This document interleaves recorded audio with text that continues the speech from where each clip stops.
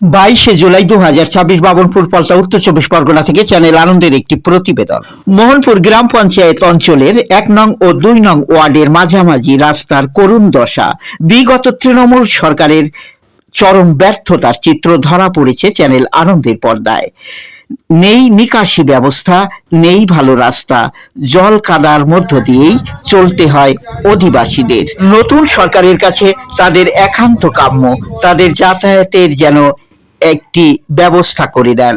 আমাদের রাস্তার খুবই সমস্যা। আমরা এই 10 বছর ধরে এখানে এসেছি, নিজেরা যেটুকু পারি করি, এরপরে কেউ কিচ্ছু করেনি। কোনো পার্টির থেকে খালি আশা দেয়, তারপরে কিচ্ছু করে না। এইবার শুনলাম 10 লাখ টাকা 28 লাখ টাকা স্যাংশন হয়েছে রাস্তার, কিন্তু কেউ কোনো কাজ করেনি।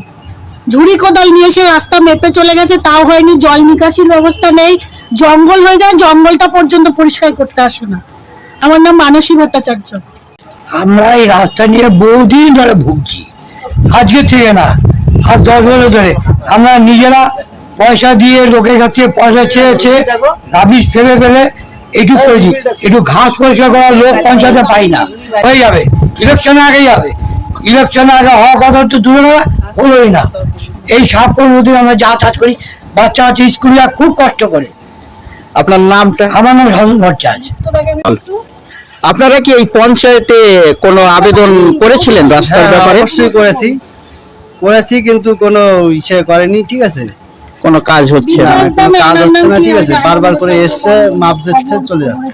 আমরা চাই যে এবার যে আমাদের সরকার, নতুন সরকার এসছে, ঠিক আছে, যদি আমাদের রাস্তাটা করে দেয়, আমাদের কোনো ইসে নেই, শুধু রাস্তাটা আমাদের করে দিলে ব্যাস। আমরা 5 নাম্বার, এই পাশে রয়েছি আমরা 5 নাম্বার, এই পাশে এরা রয়েছে 1 নাম্বার। এর মাঝখানে রাস্তা এইটা। আজকে বহুদিন যাবত আমরা কিন্তু জলের মধ্যে দিয়ে যাওয়া আসা করছি।